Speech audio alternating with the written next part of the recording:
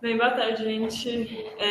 Meu nome é Maria Clara, eu sou 021 da Gestão Ambiental. Eu entrei no PET esse ano, é a primeira vez que eu vou fazer o Sustentalk. E eu vou falar sobre a era da ebulição, o sensacionalismo necessário.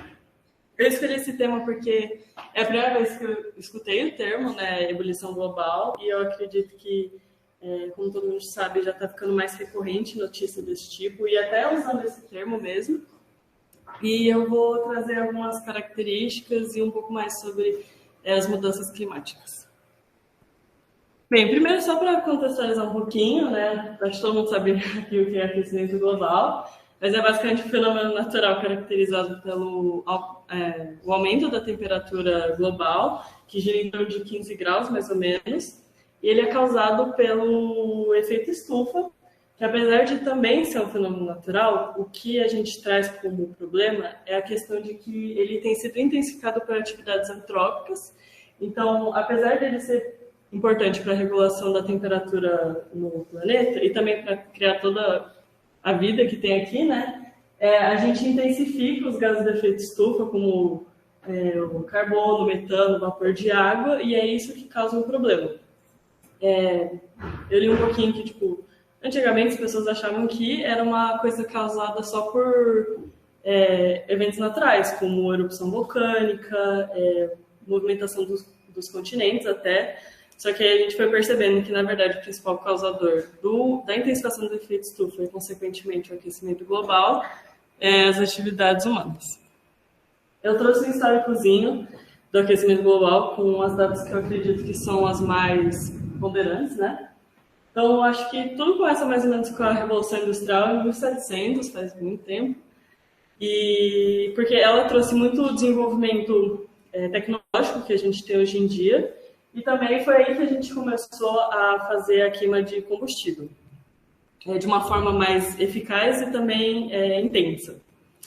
Aí, em 1927, quase 200 anos depois, foi totalizada uma queima de combustível fóssil de mais ou menos 1 bilhão de toneladas por ano. Então, todo ano estava tendo, em média, 1 bilhão de toneladas de monóxido de carbono, dióxido de enxofre sendo liberado. Mas só em 1965, 40 anos depois, que realmente vira um alerta de preocupação real a questão do aquecimento global e que começa a se falar sobre isso.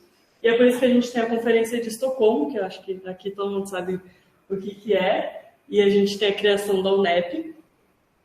Logo depois disso, a gente tem a Rio 92, que foi muito importante para a participação do Brasil nas questões de mudança climática. Mas apesar de todas as conferências que teve, de todas as reuniões que teve e projetos em relação a isso, ainda assim, em 2011, a gente nota um aumento muito grande da concentração dos gases de efeito estufa, então não teve realmente uma melhoria, apesar de tudo. Muitos países saíram também do Tratado de Kyoto, né, que era para redução do carbono. Em 2020 é criado o Climate Clock, que é basicamente um relógio que eles colocaram lá nos Estados Unidos, eu acredito, que é basicamente que fala sobre quanto tempo a gente tem para poder reverter todos os impactos que a gente está causando e impedir que vire algo irreversível. Mas mesmo assim, apesar de tudo isso, em 2023 fica necessário usar o termo da era da ebulição global, porque não tem tido nenhuma mudança em relação a isso e muito menos uma ação governamental para mudar as ações que estão gerando os impactos. Eu acho que vocês viram algumas dessas notícias, pelo menos. A que eu vou falar é essa aqui de julho, que é aí que a gente usa pela primeira vez o termo da ebulição global pelo secretário-geral da ONU, julho foi o mês mais quente já registrado, de todos os anos possíveis, ele foi o mais quente. A gente teve casos de incêndio na Europa, até no Canadá, que é lá no norte, tendo que as pessoas evacuarem cidades. No Havaí teve também, eu acabei não colocando. E a gente está vendo também como o El Niño, que é um efeito natural das correntes de ar e marítimas, estão sendo afetadas pelo aquecimento global e como os efeitos dela estão se tornando cada vez mais incertos. Então a gente pode ver que a gente começou a mudar coisas naturais e a gente está transformando em algo que pode se tornar irreversível e mudar todo o ecossistema.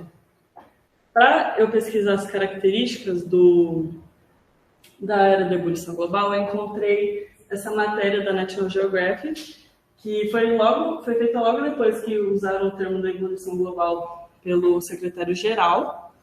E nela, ela traz características que já tinham no IPCC de 2007. Então, desde 2007, a gente sabe os efeitos que os impactos ambientais podiam estar causando. Então, as secas extremas, que a gente está vendo aqui no Nordeste muito, exatamente por causa do El Niño, o comprometimento dos mananciais de água doce, inundações e deslizamentos que estão acontecendo, por exemplo, no Canadá, que eu coloquei ali, o aumento do nível do mar e o comprometimento de serviços ambientais. Então, tudo isso vai gerar, obviamente, impacto direto tanto para a saúde humana quanto para a própria biodiversidade, né? Para não falar só com as minhas palavras, trazer um pouco mais das pessoas, eu trouxe o discurso do próprio secretário-geral das Nações Unidas. 2 minutinhos, e eu vou colocar aqui para vocês. Um minutinho. Espera que travou.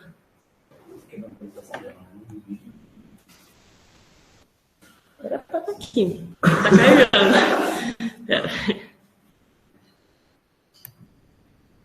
Saiu. Vou ter que mandar aqui. Acho que foi. Exato. Pronto. Aqui ele não quer passar. We are rapidly reaching the point of no return for the planet. We have a triple environmental emergency: biodiversity loss, climate disruption, and escalating pollution. For too long, humanity has cut down the Earth's forests, polluted its rivers and oceans, and plunged its grasslands into oblivion. We are ravaging very ecosystems that underpin our societies. And in doing so, we risk depriving ourselves of the food, water and resources we need to survive. The degradation of the natural world is already undermining the well-being of 3.2 billion people, or 40% of humanity. Luckily, the Earth is resilient, but she needs our help. We still have time to reverse the damage we have done. That is why, on this World Environment Day, we are launching the United Nations Decade on Ecosystem Restoration. This global movement will bring together governments, businesses, civil society and private citizens in an unprecedented effort to heal the Earth. By restoring ecosystems, we can drive a transformation that will contribute to the achievement of all the Sustainable Development Goals. The task is monumental. We need to replant and protect our forests. We need to clean up our rivers and seas. And we need to green our cities. Accomplishing these things will not only safeguard the planet's resources, it will create millions of new jobs by 2030, generate returns of over $7 trillion every year, and help eliminate poverty and hunger. The United Nations Decade on Ecosystem Restoration is a global call to action. It will draw together political support, scientific research, and financial muscle to massively scale up restoration. Everyone can contribute. Science tells us these next 10 years are our final chance to avert a climate catastrophe, turn back the deadly tide of pollution and species loss. So let today be the start of a new decade in which we finally make peace with nature and secure a better future for all.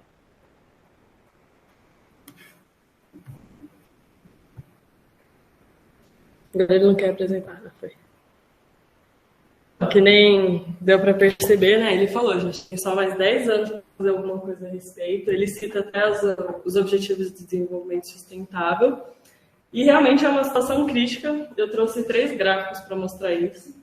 A gente tem primeiro a temperatura global, que foi publicada por um cientista, no Twitter dele, aliás, mas estava lá. Essa linha amarela, não sei se vocês estão enxergando por causa da cor, mas essa linha amarela é 2022. Já essa linha preta aqui mais grossa, que está tendo esse pico meio exponencial, é 2023. A gente só tem os dados até junho, próximo a julho. Então, como a gente já sabe que julho foi o mês mais quente do ano, a gente já sabe que essa temperatura foi bem mais alta.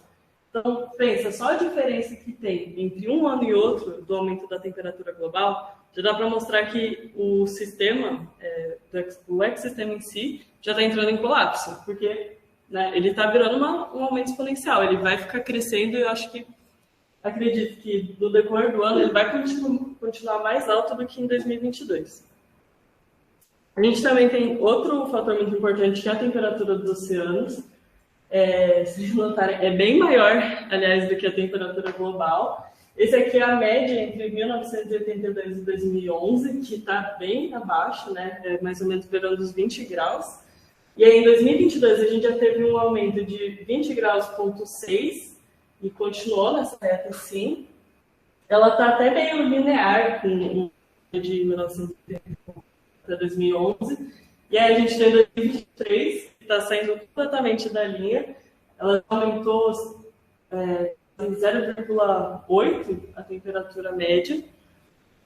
Então, isso é muito preocupante, porque a gente sabe como isso mexe com a vida marinha e, que nem eu falei, está mexendo até com efeitos naturais, como o El Niño, né? E, por fim, o volume de gelo marinho. Essa aqui foi a média de 2022. Então, novamente, foi ano passado. Em 2023, a gente teve uma queda de 11% só de gelo marinho. Então, a importância do gelo marinho para o planeta é que ele reflete tanto as luzes ultravioletas como o calor, ele mantém o nosso planeta mais frio. E também tem toda a questão da biodiversidade dos polos. Né? Mas, que eu falei, e que nem o próprio secretário da ONU falou, não é o fim de tudo, tem esperança. A gente tem o Objetivo de Desenvolvimento Sustentável 13, que é a ação contra a mudança global do clima. Então, a gente ainda pode fazer alguma coisa a respeito. Agora que a gente sabe muito mais sobre isso, que a gente pode chamar a atenção. Aí ele cita algumas questões, algumas soluções, como a expansão do uso de energia limpa, descarbonização das indústrias, conservação dos ecossistemas naturais e desenvolvimento sustentável. Mas a gente sabe que isso não acontece se a gente não chama a atenção dos governadores e de quem realmente retém o poder sobre essas mudanças. E é exatamente por isso que usar o sensacionalismo como a ebulição global é importante, porque quem não tem um conhecimento geral como a gente não sabe a potência disso, das causas que isso pode levar, das consequências que isso pode levar, né? Então, usar um termo sensacionalista assim é uma forma de não causar caos, desespero, medo, mas é de trazer algum tipo de solução. E aí, por fim, eu deixo uma frasezinha do ambientalista que eu gosto muito, que é o David Attenborough, que nunca tivemos tanta tamanha consciência do que estamos fazendo com o planeta e jamais tivemos tanto poder para fazer algo sobre isso. É isso.